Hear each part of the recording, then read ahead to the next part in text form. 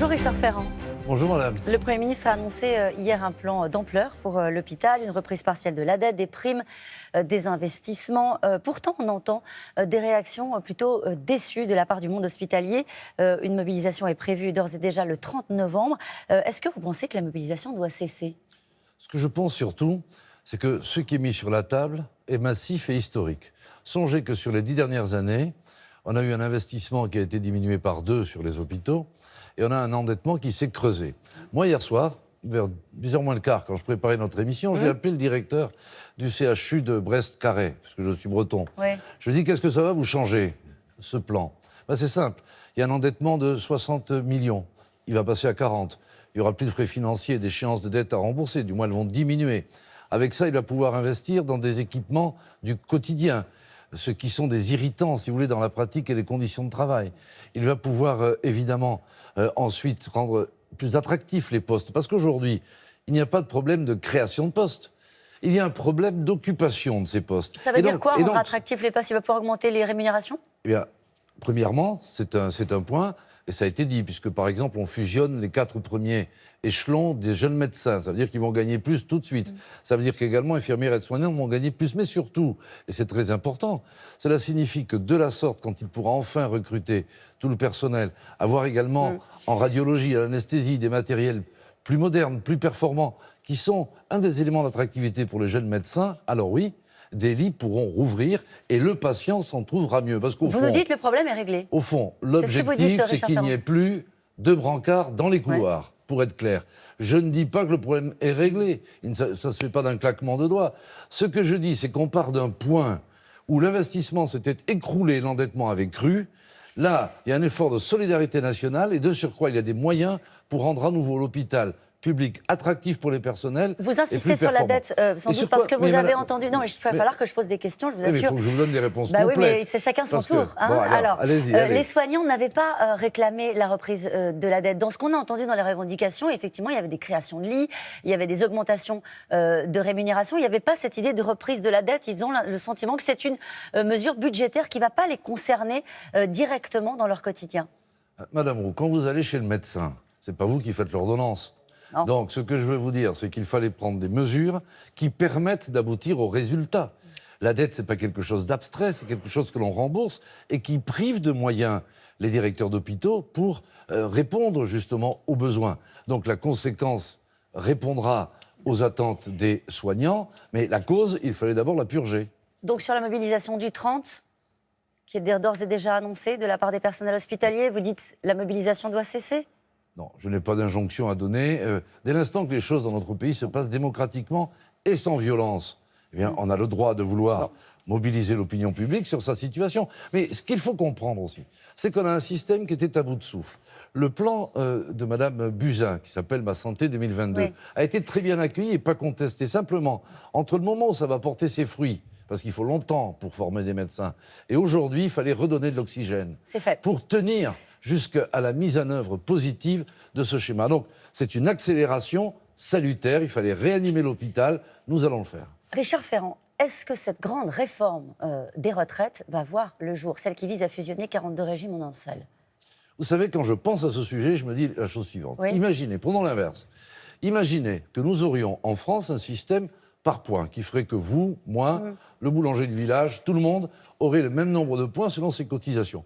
Que penseriez-vous d'un gouvernement qui aurait l'idée de dire, écoutez, finalement, on va faire un système où il y aura 42 régimes différents, où les femmes auront 40% de retraite de moins que les hommes, un système qui ferait qu'un chauffeur de bus du Finistère prendrait sa retraite 5 ans plus tard qu'un chauffeur de bus de la RATP, vous me diriez, vous êtes zinzin.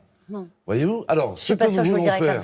Non, vous ne le diriez peut-être pas comme ça, vous êtes plus aimable, mais vous voyez ce que je veux dire. Donc, ce que nous voulons, nous, c'est faire le chemin inverse, sortir d'un système injuste, profondément injuste. Ça, on l'a compris. Pour créer de la justice, faire converger ces systèmes et faire que les jeunes générations aient confiance dans l'avenir. La question, c'est à la fois le climat social et le rapport du corps du Conseil d'orientation des retraites qui dit qu'il va manquer entre 8 et 17 milliards en 2025. Le président a dit on ne fera pas cette réforme si les comptes ne sont pas équilibrés en 2025. Est-ce que vous assumez ce matin de dire aux Français, avant la grande réforme, il faut se mettre d'accord sur un point très précis, il faut une réforme financière et il va falloir travailler plus longtemps.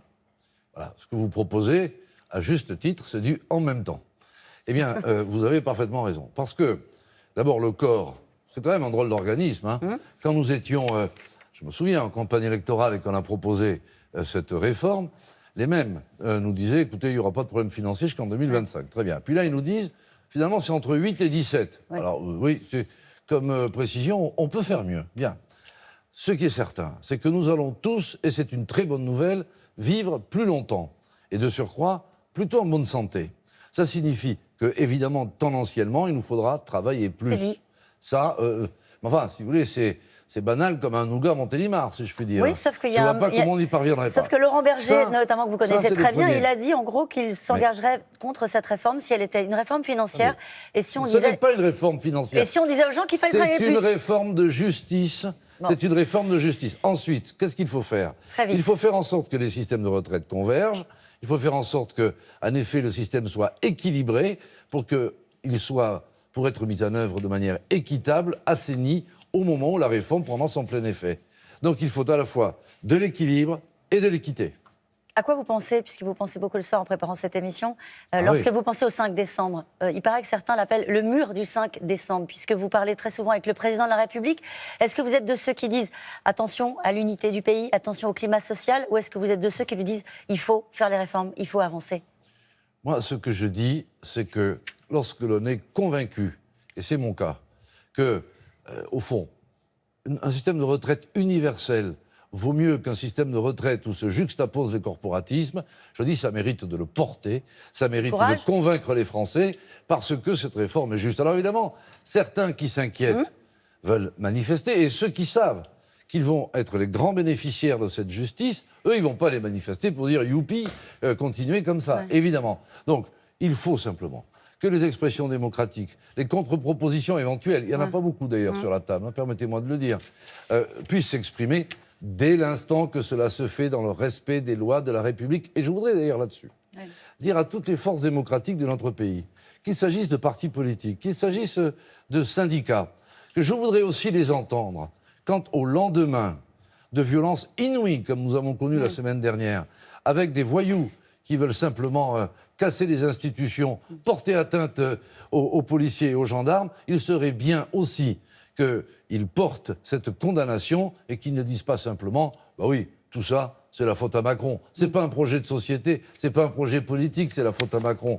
C'est l'impuissance, l'incapacité de protéger. Nous devons défendre notre démocratie. Ils vont pas dire que c'est la faute à Macron, les ex-salariés de Whirlpool aujourd'hui à Amiens? Ben, vous nous raconterez ça. À votre avis? Mais je crois que il va leur dire l'État ne peut pas tout. Je me suis engagé. Non, mais d'abord, que l'État ne puisse pas tout. Heureusement que dans notre pays, il y a des entreprises, des associations, des communes, des maires, bref, des gens qui font vivre notre pays. Heureusement que nous ne sommes pas totalement administrés par l'État. Je ne pense pas que vous le souhaitiez. Bien, donc, c'est de faire le point sur la René Whirlpool. Et vous savez, il y a quelque chose d'important, c'est avoir le courage et l'honnêteté, la chaleur humaine, d'aller voir des gens qu'on a vus au creux de la vague, dont aujourd'hui on veut voir le rebond, et de dire je reviens vers vous. J'en connais d'autres qui se seraient carapatés. Merci beaucoup Richard Ferrand. Merci à vous. Laurent. Merci.